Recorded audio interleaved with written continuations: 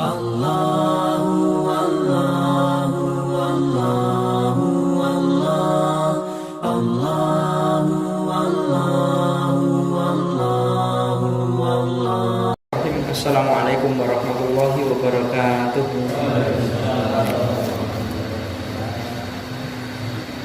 Alhamdulillah, nasta'inuhu wa nastaghfiruh wa na'udzu billahi min shururi anfusina wa sayyiati a'malina. Wa may yahdihillahu fala mudilla lahu wa may yudlil fala hadiya lahu. Wa asyhadu an la ilaha illallah wa asyhadu anna Muhammadan abduhu wa rasuluh. Arsalahu bil huda wa dinil haqqi liyudhhirahu 'ala dini kullihi walau karihal musyrikun. Wa qala Allah ta'ala, ya ayyuhalladzina amanu ittaqullaha haqqa tuqatih wa la tamutunna illa wa antum muslimun. Wa ba'du, Allahumma sholli ala Muhammadin wa ala ali Muhammad.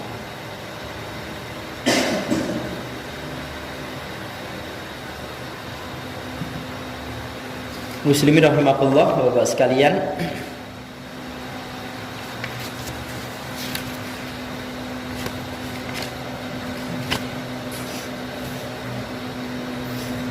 Kita lanjutkan kembali di pembacaan kitab Riyadhus Shalihin di hadis yang ke-19 sekarang. 18 nih. 18 dari bab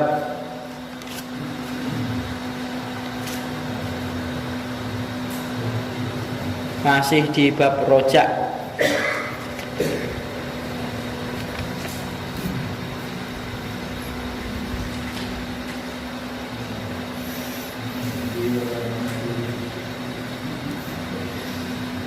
Langsung saya bacakan.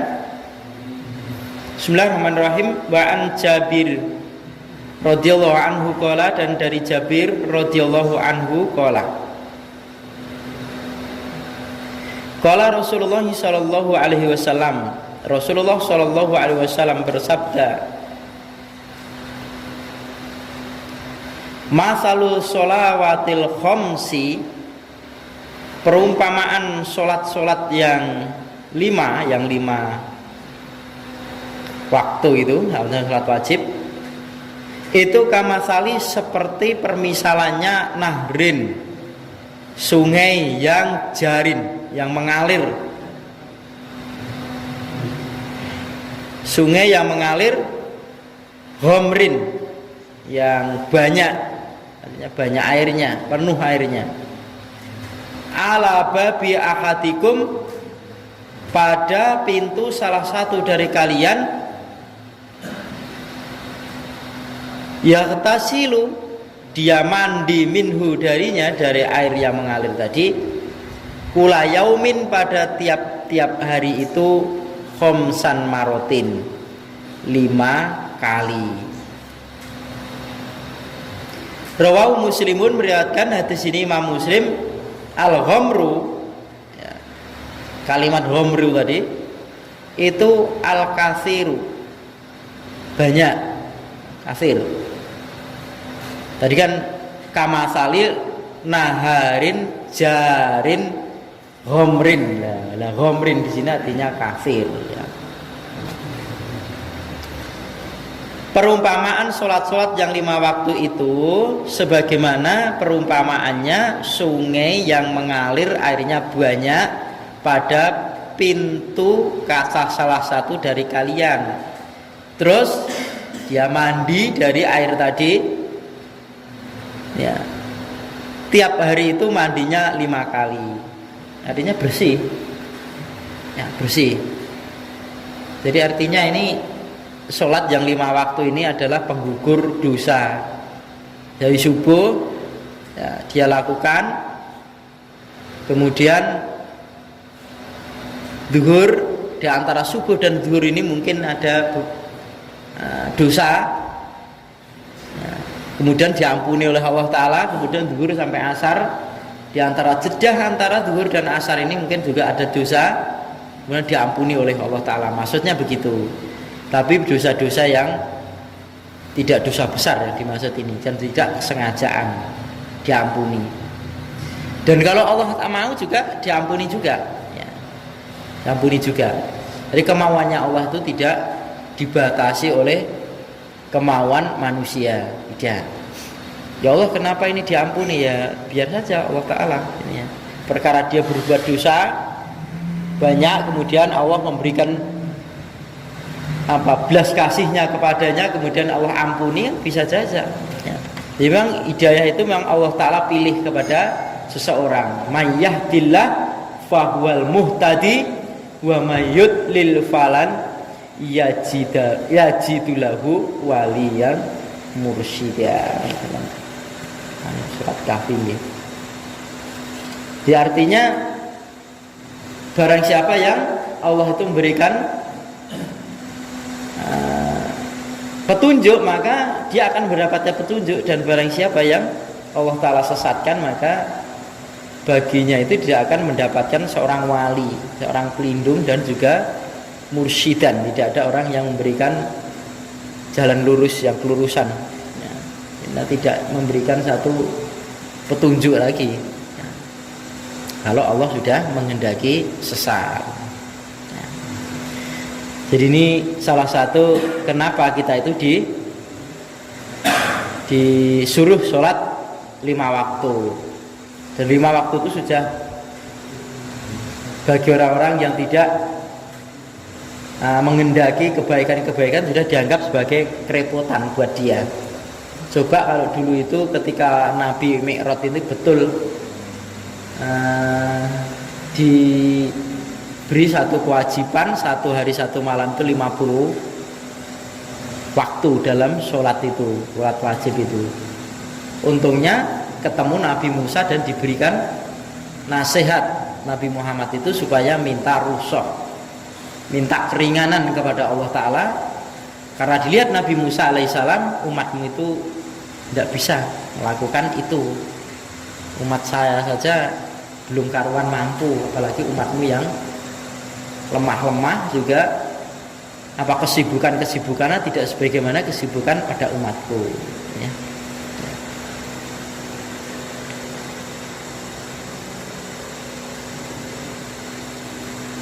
Maka jangan sampai ketinggalan sholat wajib, jangan ditinggalkan, dosa ya.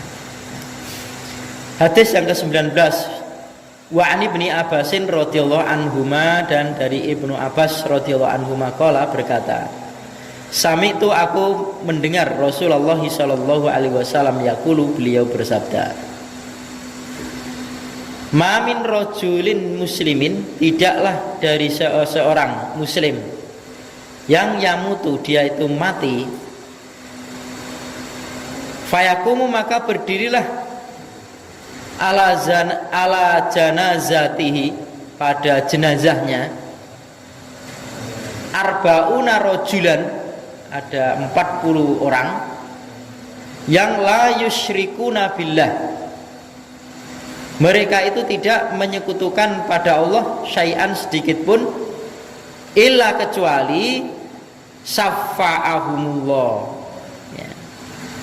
Allah memberikan syafaat kepada orang yang meninggal tadi, fihi, padanya, pada jenazah tadi ya. Mensyafaati Allah Ta'ala kepada mereka orang yang meninggal tadi ya. Jenazahnya itu diberi syafaat oleh Allah Ta'ala. Rawahu Muslim.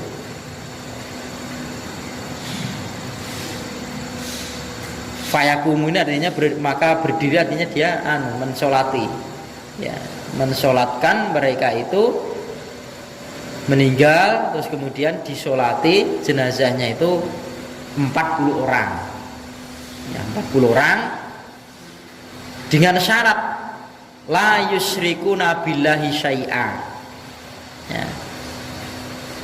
Ini ada 2 pendapat ya. Ada yang pendapat yang tidak menyekutukan pada Allah Ta'ala ini adalah yang mensolatkan. Dan ini lebih dekat ke sana. Walaupun ada pendapat ini mestinya juga jenazahnya itu setelah hidupnya juga tidak menyekutukan kepada Allah Ta'ala. Tapi kalau menurut ya kembalinya itu kembali terdekat ya arbauna rajulan wallahu a'lam. Intinya syirik harus ditinggalkan. Maka banyak-banyaklah kita itu mencari teman, banyak-banyaklah mencari saudara muslim, biar nanti kalau meninggal banyak yang takziah. Dan takziah itu bukan hanya sekedar duduk kemudian terus bentar kemudian pulang. Kalau dikenal dia itu memang orang muslim, kenapa tidak mensolatkan? Syukur ada waktu sampai mengantarkan jenazahnya ke kubur, mensolatkan seorang muslim yang meninggal itu adalah berpahala 1 kirot. 1 kirot itu ditambahkan Nabi adalah seperti gunung Uhud besarnya pahalanya. Kalau dia mengantarkan jenazahnya sampai ke kubur, maka 2 kirot. Lah bagaimana kalau dia datang kemudian sudah dikubur? Boleh mensolatkan di atas kubur? Boleh ya. Sudah dikubur disolatkan boleh ya. Kalau 40 orang ini maksudnya tidak hanya 1 kali sholat, tidak, boleh sholat ini beberapa kali kan. Dan sholat jenazah itu ya di mana jenazah itu diletakkan, atau tidak harus di masjid ya, boleh di rumah, boleh di masjid. Boleh di lapangan, boleh kok, di mana saja boleh mensolatkan. Intinya kan sholat jenazah itu di mana jenazahnya ada, itu sholat jenazah. Kalau tidak ada, namanya sholat ghaib. Sholat ghaib boleh dilakukan semuanya. Nah paling tidak kalau orang-orang banyak mengenal kita saudara muslim, dan kita banyak saudara ya, banyak teman gitu ya, saudara muslim itu ketika terdengar bahwa si A meninggal gitu ya, oh saya kenal, takziah, ada waktu kapan meninggalnya? Oh sudah kemarin. Nah, kemudian dia sholat ghaib mungkin gitu, paling tidak mendoakan dia. Kalau kenal, maka kita berusaha sebanyak-banyaknya kita ini dikenal oleh saudara muslim kita ya, punya kenalan, jangan tertutup saudara muslim itu ya. Dan kalau punya ilmu dan jangan tertutup juga ya. Selama orang itu butuh ya, dan kebutuhan itu tidak sama, barangkali wah saya belum punya ilmu, lah kan keperluannya juga orang yang dikasih tahu juga, yang kita ajari juga. Kadang-kadang itu orangnya itu butuhnya belum hafal Al-Fatihah, kan kita ada kesempatan juga jariah kita di sana. Jangan sampai anak kita ini hafal Al-Fatihah ini cuma dari guru ngajinya saja, kita gitu tandil. Begitu kita ikut andil kepada anak itu ya, padahal surat Al-Fatihah itu kan wajib dibaca dalam tiap-tiap sholat ya, tiap-tiap sholat dibaca ketika berdiri itu. Ketika anak itu membaca surat Al-Fatihah, sebab kita mengajari anak itu, kita bisa itu, maka setiap anak itu membaca, maka kita akan mendapatkan aliran pahala meskipun kita sudah meninggal. Itulah namanya ilmu bermanfaat. Dan ilmu bermanfaat itu ilmu apa saja kecuali sihir. Mempelajari ilmu pertanian boleh, ada pahalanya loh. Ilmu apa saja boleh dipelajari, yang penting tidak ilmu sihir ya. Ilmu sihir pelajari haram katanya. Boleh, semuanya serba boleh asal ada kemanfaatan bagi umat ini, boleh. Jadi ya, jadi kalau zaman dulu para sahabat ini, sahabat satu itu meninggal, kemudian sahabat lain itu melayat, terus Rasul kerso mensolatkan itu, wah inginnya masya Allah, kok jenazahnya bukan saya ya, disolatkan Rasul. Kan tidak semua disolatkan Rasul. Kadang Rasul itu tanya, ini jenazahnya ini punya hutang tidak? Punya hutang ya, kamu solatkan, saya tidak. Begitu ya, boleh untuk Rasul gitu ya. Ada yang nanggung ya Rasul, ya sudah solatkan gitu ya, solatkan. Hutang apa haram hutang? Tidak.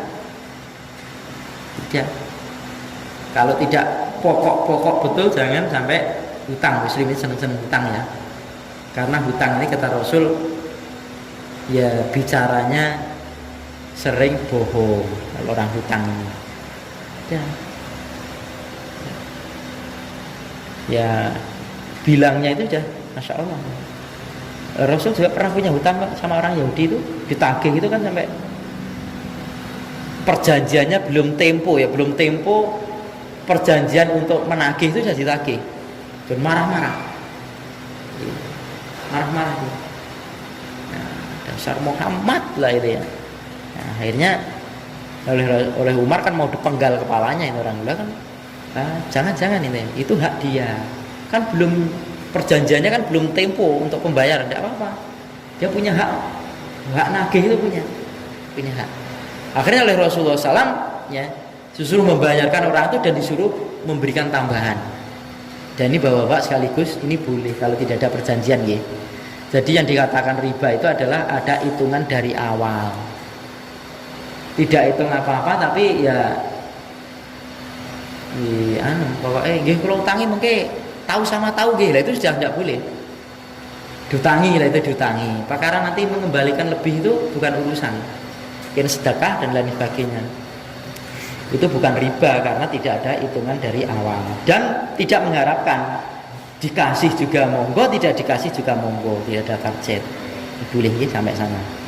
Maka kembali ke hadis ini, jadi jenazah yang disolatkan 40 orang tidak mensekutukan dia kepada Allah Ta'ala, maka Allah memberikan syafaat kepada jenazah tadi.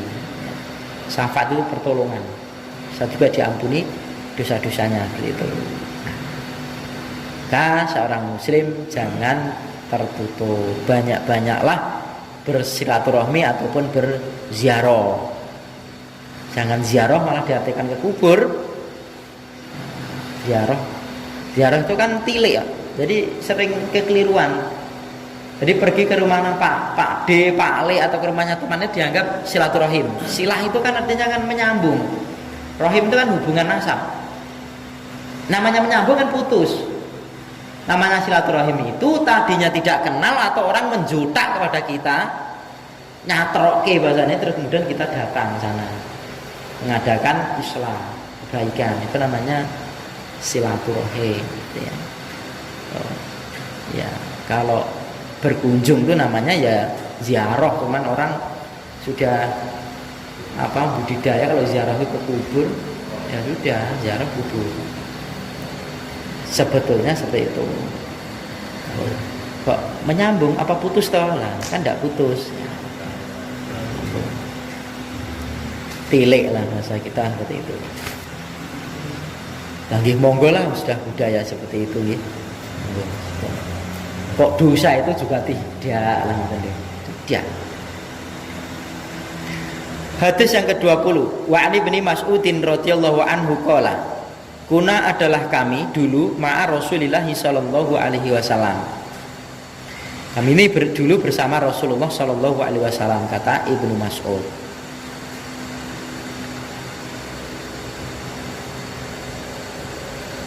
Fi kubatin, pada satu tenda.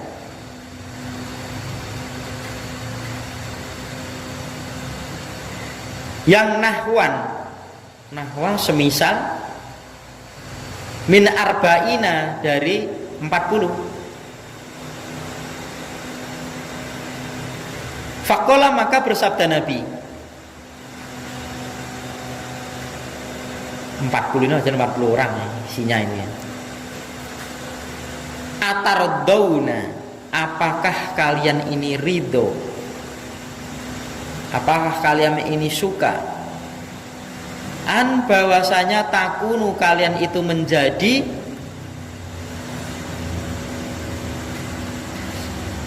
ar-rubu'i, seperempat, menjadi seperempat ahlil jannati, ahlil jannah. Lalu jadi seperempat ahli jannah. Kulna, kami menjawab, na'am, iya ya Rasulullah, senang. Qala, bersabda Nabi, atardauna, apakah engkau itu ridho, an akunu, bahwasanya kalian itu akan menjadi sulusa ahlil jannati, sepertiga ahlil jannah. Nah, malah sepertiganya ya.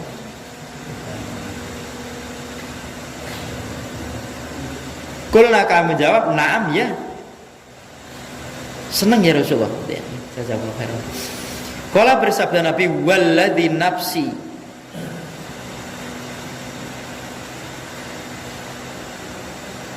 demi zat yang jiwaku, demi zat, oh berarti nafsu nggih. Nafsu napa nafsi to mriku? Walladzi nafsu Muhammadin, dan demi zat yang jiwa Muhammad biadihi, di tangannya zat. Ini sungguhnya aku itulah arju, aku itu berharap, sungguh aku ini berharap, ayakunu, bahwasanya kalian itu akan menjadi nisfa ahlil jannati, separuh dari ahlil jannah.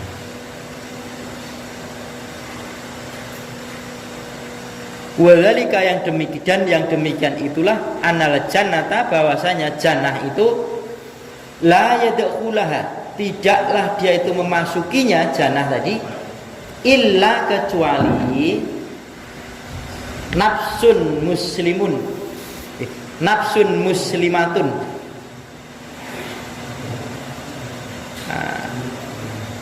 jiwa yang muslim.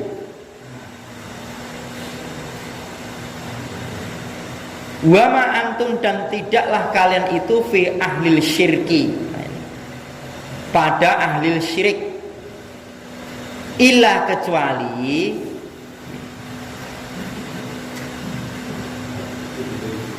kasya'roti, seperti rambut, al-baydha'i, yang berwarna putih, fi jildi tsauri,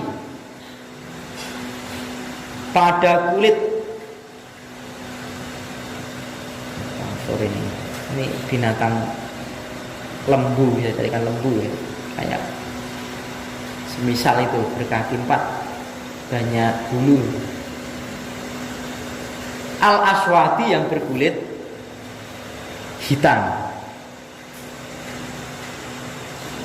al-kasya'roti, atau seperti bulu yang saudai, berwarna hitam, bulu hitam, fi jildi tsauri, pada kulitnya tsaur tadi, al-ahmari, ahmar merah nih, ahmar merah, mutafakun alaihi.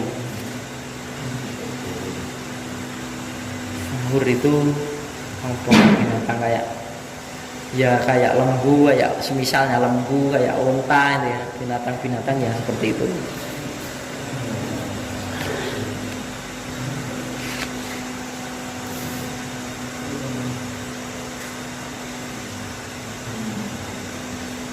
Tapi kalau tsaur itu, yang saya tahu itu binatang-binatang yang tidak biasa dipelihara gitu. Wallahu a'lam. Nah, ini Rasul itu mensabdakan ketika di tenda ya, tenda itu ada beberapa sahabat di sana. Ini Rasulnya kayak memberikan satu tawaran, dan boleh seorang guru kepada murid ini memberikan pelajaran seperti ini.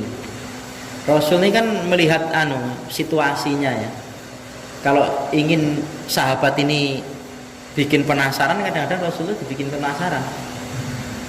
Kalau dikira-kira itu tidak ada respon apa-apa, Nabi bertanya, apakah kalian ridho? Kan bentuk pertanyaan.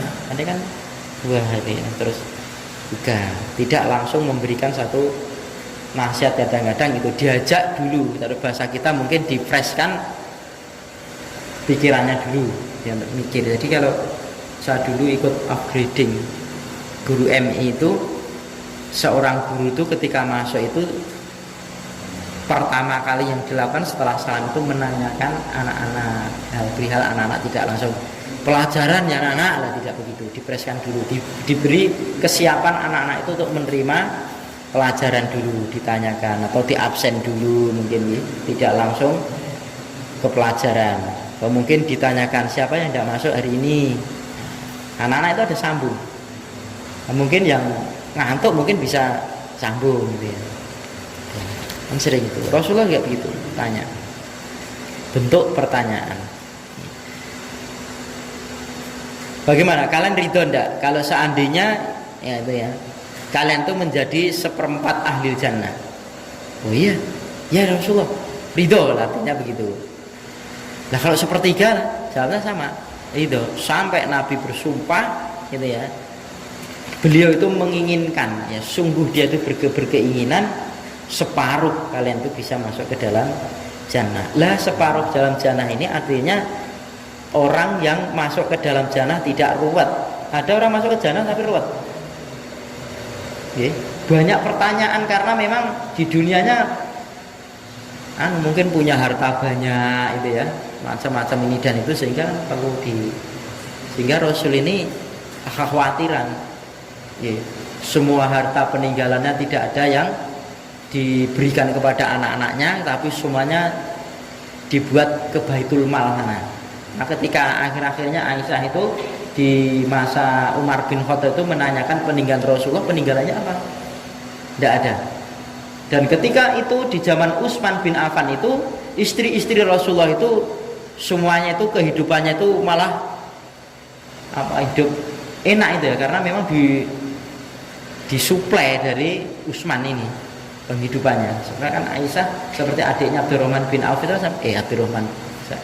Abdurrahman ya namanya bin Abu Bakar itu kan sampai menanyakan, kalau bahasa kita Mbak kok sampean sekarang kok kaya, punya gelang emas, punya rumah bagus ini. Dia tidak tahu kalau dia itu adalah disuplai dari penghidupannya dari Abdurrahman bin Auf, dan itu bukan jutaan kalau dihitung sekarang, miliaran. Kan. Kalau memang sahabat itu ya harta benda itu kayak kalau kita megang sesuatu itu ya sudah. Ya sini wae ini jiglok ya spin. Ya. Lah kita uji saja. Ya uji saja bagaimana harta itu kita masukkan ke hati atau tidak, itu kan tatkala kita tuh tidak punya duit. Bingungnya luar biasa itu. Oh, berarti sudah masuk ke sana. Butuh tapi kan tidak sampai seperti orang-orang yang tidak kayak nggak ngerti ilmu saja itu ya. Ya nggak panen itu saja sudah masya Allah sing dipangan apa, lupa hidup beberapa puluh tahun bahkan sampai 50 tahun 60 tahun dulu lupa yang dimakan itu apa. Kayak itu khawatirnya itu luar biasa ya luar biasa mereka. Ini cerita saja nggih, kalau orang-orang sufi itu cerita ya, dapat dari salah satu guru saja. Ini wallahu a'lam, ada hadisnya apa enggak, dia cerita. Cuman untuk perbandingan bahwa rezeki itu adalah yang menentukan daripada Allah Ta'ala. Suatu saat ada orang itu menginginkan bagaimana Allah Ta'ala itu memberikan rezeki yang sudah dijatahkan kepada dirinya, padahal dia itu menolak hamba itu. Dia pergi ya, dia pergi, kemudian terasa lapar, dia di dekat batu besar atau di dekat pohon, dia itu tidur-tiduran. Lah di saat tidur-tiduran itu datanglah seorang musafir. Ada mayat lah itu musafir. Ternyata kok isih ambekan lah itu ya, ambekan. Dia tetap diam. Apakah masih hidup? Dia masih diam. Apakah perlu makan? Dia diam. Khawatir nanti kalau saya sudah berniatan pokoknya bagaimana caranya Allah itu memberikan rezeki yang satu menolak. Sampai orang itu ya, dalam cerita itu dia cerita ya, kalau kayaknya bukan hadis gitu, orang-orang sufi dan gitu. Dia itu mengeluarkan bekalnya, terus kemudian dia buka mulutnya orang tadi, kemudian dimasuki makanan tadi. Baru dia meyakini begitulah kiranya Allah Ta'ala itu sudah memberikan jatah kepadanya rezeki itu, tidak ada yang bisa menolak. Dan itu nggih dungingan bisa di riwayate sinten Mas, mboten riwayate. Dungingan hanya Allah tuh memberikan rezeki seperti itu. Sahabat yang seperti itu kayak 600 keledai bersama mot-motannya itu, pakaian dan bahan makanan pokok itu kan dikasihkan kan sudah kayak kehilangan apa-apa. Memang itu bukan milik saya. Udah saya kasihkan. Saya bisa ceritakan di sini Banda, itu di Wonogiri itu ada seorang punya toko material ini. Ya. Mau kukut-kukut sore itu, ya, terus sekarang sudah meninggal. Allahumma yarham. Ya. Nah, yang saya ketahui dia orang baik, dai juga ini. Ya, di Pokoh sana. Itu ketika anak buahnya itu ya, karyawannya itu sudah kukut-kukut, menyiapkan duit untuk besok itu untuk bayar sales-sales yang ada. Datanglah seseorang membawa map, sudah bisa dipastikan cari bantuan untuk masjid. Nah, kalau mau nunggu juragan ini kok, wonten duit betul Mas? Wonten Pak, tapi kangge bayar sales sendiri. Kasihkan. Lebih itu masih besok lah, itu masih besok. Pokoknya kasihkan. Ya, disuruh ngasihkan. Tidak sedikit, semua. Jatah untuk sales itu semua suruh ngasihkan orang yang mencari bantuan untuk masjid itu. Nah, ceritanya sampai situ tidak mengikuti saya. Apa dia ada punya simpanan lain atau juga dia tidak tahu. Besoknya bagaimana juga tidak tahu. Sekarang sudah meninggal. Saya dapatkan cerita ini dari murid dia yang ketemu dengan saya. Sampai seperti itu ya. Nah, terus saya punya teman juga di Solo itu mendirikan SD Al-Fatah di mana nih, karena muridnya banyak itu ya. Berapa muridnya? 500-an ada lebih kayaknya itu. SD Al-Fatah.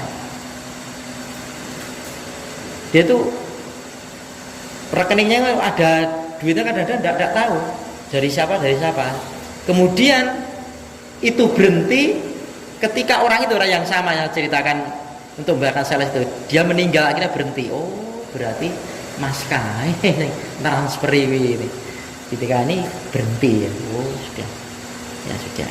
Ada juga orang-orang yang memang menyembunyikan dalam sedekahnya karena dikelihatan takut dia itu ria. Ya tidak apa-apa, tidak masalah. Pokoknya terang-terangan ya boleh, sembunyi-sembunyi ya boleh. Kalau terang-terangan itu dia tidak bisa menjaga, ya lebih baik sembunyi-sembunyi, ya sembunyi-sembunyi. Tapi kalau terang-terangan biar orang lain itu juga yang punya kemampuan ikut sedekah juga, tidak apa-apa, seperti itu.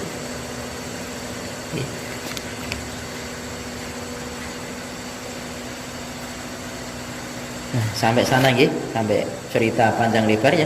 Nabi Muhammad intinya bersumpah ini ya, menginginkan masuk jannah itu separuhnya dari sana. Nah, ya. Kemudian digambarkan oleh Rasulullah Shallallahu Alaihi Wasallam, dan demikianlah bahwasanya surga itu tidaklah dia memasukinya kecuali seorang jiwa yang muslim. Ya, muslim. Tidak Islam tidak bisa masuk jannah. Orang Islam dia kafir tapi baik, tidak ada orang kafir baik, tidak ada. Kalau baik itu dia kan ada harapan masuk jannah, ya neraka kok. Neraka. Apa saja kalau dia kafir itu sudah pasti menjadi bahan api nerakanya sana. Ya, kafir intinya itu. Kemudian tidaklah kalian itu fi ahli syirki, pada mengalami menjadi ahli syirik, kecuali kecil gitu ya, dari kecil ya, seperti bulu putih yang nempel pada binatang yang bulunya hitam. Jadi kalau bulu hitam terus ada putih, kayak tai lalat ya, kayak lalat. Saya pernah ya masuk di salah satu pondok gitu ya. Pondok ini kayaknya seragamnya dibikin putih semua, berjubah dibikin putih. Saya pakai bukan putih gitu ya, tapi bukan batik ya, tapi bukan putih. Jadi semua sak masjid itu blek. Ya saya ini tidak putih, koyok andeng-andeng. Andeng-andeng. Koyok risi gitu, cuman pakaian tapi kayak risi kalau menyendiri. Padahal tidak apa-apa. Batik ya ora apa-apa kok, lorek ya ora apa-apa, abang ya ora apa-apa kok. Itu ya ora apa-apa kok. Kalau memang tidak diyakini sebagaimana itu menjadikan satu pakaian kebesaran. Kecuali kalau sudah takziah, oh iya aku nganggo kelambi putih, saya tak nganggo kelambi ireng, jangan. Itu namanya mengkhususkan sesuatu yang tidak ada dalil. Lah wis nganggo pakaian dadak lho kok mau nganggo ireng. Pakaian hitam itu menunjukkan bahwasanya orang kesusahan. Ya. Itu sering kalau di tempat saya menunggu. Dan 1-2 orang yang ayo berangkat sik tak kelambi. Lah wis kelambi. Oh kelambi ireng. Nah, sebagian yo manut, sebagian yo ora. Enggak boleh. Nah, enggak boleh. Itu namanya membuat satu aturan tasawuf pada mereka. Siapa yang mengkhususkan? Kok nganggo batik apa jagong? Lah kan tidak harus batik tuh ya, jagong itu. Ya. Nah, tidak, pokoknya jagong harus batik lah, ini siapa? Ya. Kecuali memang pakaian-pakaian yang dikhususkan untuk kebaikannya. Contohnya Rasulullah senang berpakaian putih. Wah, tak. Saya menyenangkan pakaian putih. Atau Rasul itu menyendirikan pakaian untuk menerima tamu, juga untuk di hari-hari besar, sholat Id umpamanya, Jumat, itu boleh-boleh saja. Monggo lah, apalagi pakaian-pakaian ya paling tidak kita punya nggih, pakaian yang itibak kepada Nabi. Lah kan wong Arab, mosok wong kene nganggo juga ya apa mengenabine Arab kok. Mosok salate basa Arab kan ya nek Nabi wong Arab. Iya. Semua apa yang dipakai oleh Rasul dan kita memakai dalam rangka kita itu mengikuti beliau itu namanya ada pahalanya. Tidur sekalian. Semua aktivitas Rasul dan kita meniru, ngepas ke, sadidu akoribu, menyungguh-nyungguhkan dan mendekat-dekatkan dengan amalan Nabi itu ada pahalanya meskipun berpakaian. Duwi lah, atau paling tidak pernah pakai. Satu kali saja masa tidak pernah pakai. Florisi mungkin tidak didarani syekh, wong syekh wong tua itu dianggap syekh itu napa-napa kok. Syekh itu panggilan orang tua ya bisa kan Syekhul Kabir. Itu kan orang tua renta aja. Manula itu sebabnya Syekhul Kabir. Ya, monggo lah ya. Jaga Bapak sekalian, nanti akan kita lewati di bab libas. Kayaknya belum nggih. Bab libas, bagaimana cara berpakaian seorang muslim. Nggih, seorang muslim. Batasannya di mana atau kain itu. Nah, seperti itu. Kok ya orang berebut khulayak dan tidaknya karena sombong dan tidaknya gitu ya. Gimana? Ya boleh saya cicil ya lihatkanlah mata kakinya. Kalau perlu cak betis bagus malah. Coba nggih pasukan Taliban itu loh. Tentara-tentara Taliban itu wahnya sak betis kabeh. Waktu itu gagah. Lah kadang-kadang seorang muslim itu berpakaian ala muslim itu malah malu. Orang kafir saja pedenya luar biasa. Dulu orangnya sudah meninggal gitu ya. Tinggalnya di Jakarta, masih ada hubungan saudara sama salah dulu. Kalau di Jakarta itu Masya Allah pakaian koko tapi kertu. Kok banyak sholat hebat nih. Neng omah dhewe ini. Saya nangis di sana. Itu masih istri saya sama mertua saya itu kakak beradik. Untuk ke sana itu dulu. Loh Masya Allah itu nggih. Wong main. Orang wayah sholat pakaiane kuku. Ya, pede luar biasa seperti itu. Tapi kan tidak, walaupun cuman pakaian kan tidak. Ya nggih mboten pati pantes enten nggih. Lah kenapa kita ada muslim juga enggak pede nggih. Dulu orang nasionalis saja Pak Karno itu dulu itu. Ya. Dulu awal-awal itu pakaian lembeh itu tidak senang karena saking bencinya kepada Belanda. Maka dari saudara kita itu pakai sarungan itu karena mungkin bencinya kepada Belanda yang dulu pakai celana itu. Cuman mungkin kebablasan nganggo celana gah lah itu mungkin seperti itu. Ya nggih. Boleh saja sama nggih. Nah, sampai ke sana, nggih. Panjang lebar. Terus atau sebaliknya, nggih, kalian melakukan satu kesyirikan itu seperti rambut yang berwarna putih pada kulit lembu atau binatang yang berwarna hitam. Jadi ya sudah kayak titik sedikit sebetulnya. Karena sedikit. Yang dikhawatirkan Nabi itu kan justru kalau dunia ini terbuka. Kalian berlomba-lomba berebut soal urusan dunia ini. Sampai menjual imannya gara-gara mengejar dunia ini. Ya, mengejar dunia ini. Kita tes saja. Bagaimana orang-orang itu cerita, gitu ya, cerita, ya, satu hari gaji sekian, satu hari kan tergiur kita. Tapi begitu ada orang cerita sholat sebelum subuh khairum minat dunia wa ma fiha, mboten tergerak muslim ini. Kan luwih sugih. Siapa muslim tidak sugih itu? Sugih nek diwujudkan dengan materi itu. Materi itu. Luar biasa. Sebelum subuh sholat 2 rakaat setelah adzan itu loh, fajar itu. Kan pahalanya lebih baik malah. Dunia dan isinya, padahal dunia sak menten iki. Isine warna-warna. Pun masyaallah. Itu lebih baik. Ngoten nggih. In kuntum taklamun, nggih. Kalau kalian semua itu mengetahui, kita tidak tahu dan merasa tidak butuh, nggih sampun. Ya. Hilang kita ini. Ibu-ibu sekalian, bersungguh-sungguhlah kita ini dalam soal beribadah. Banyak-banyaknya kita ini banyak belajar, semuanya kita ini belajar. Dan urusan kita ini sudah saya sampaikan berulang kali, kita ini bukan tarafnya seorang mujtahid, orang yang berijtihad itu tidak. Sekali lagi kita ini seorang yang mutabi, seorang yang mengikuti. Sementara kalau kita lihat ikutan ini adalah juga peranan penting buat kita. Siapa yang kita ikuti?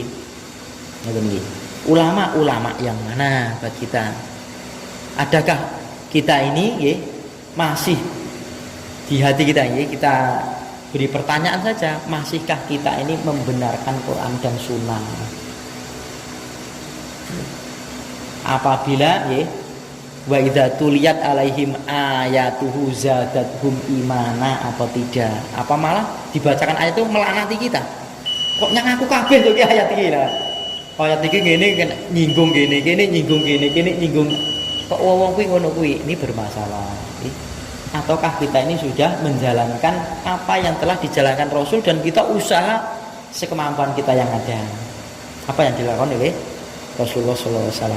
Mulailah dari diri kita sendiri. Yang gampang saja, makmurkan masjid, nuntut ilmu kepada siapa saja. Karena ilmu itu dari Quran dan Sunnah ada. Maka kalau sebetulnya secara pribadi saya itu sebetulnya kalau kajian umum itu ya kemarin itu suruh ngisi akikah saudaranya Mas Ardi.